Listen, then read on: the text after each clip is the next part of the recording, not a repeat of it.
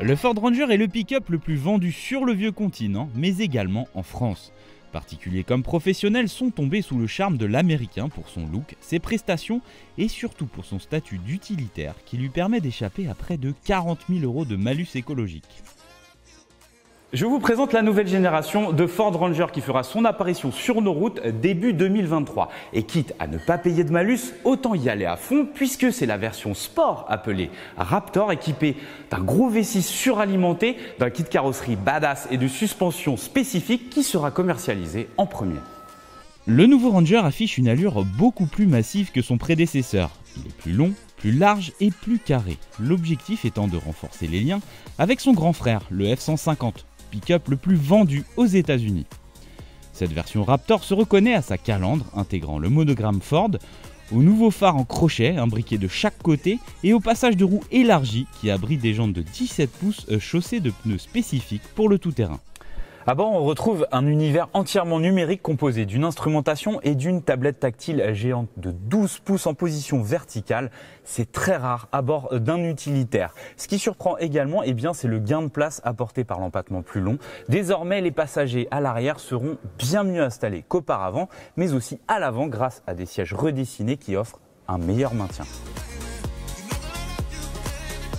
L'habitacle se veut donc plus moderne, plus confortable, mais aussi plus pratique. La planche de bord possède une double boîte à gants tandis que la console centrale intègre un bac de rangement équipé d'un chargeur sans fil. Les vides-poches des portes sont plus volumineux qu'auparavant et des compartiments sont également disponibles sous et derrière les sièges. Rappelons que plusieurs carrosseries sont proposées, simple cabine, cabine étendue et double cabine. Toutes ont un point commun, elles échappent au malus. Le nouveau Ranger a été conçu en collaboration avec Volkswagen. Donc les deux modèles partagent une base commune modernisée au profit du comportement routier mais aussi des contraintes des professionnels. Mais cette version Raptor est propre à Ford, elle est fabriquée ailleurs avec un caractère bien plus sportif, notamment grâce à ses suspensions spécifiques qui lui permettent de réaliser des prouesses en tout terrain.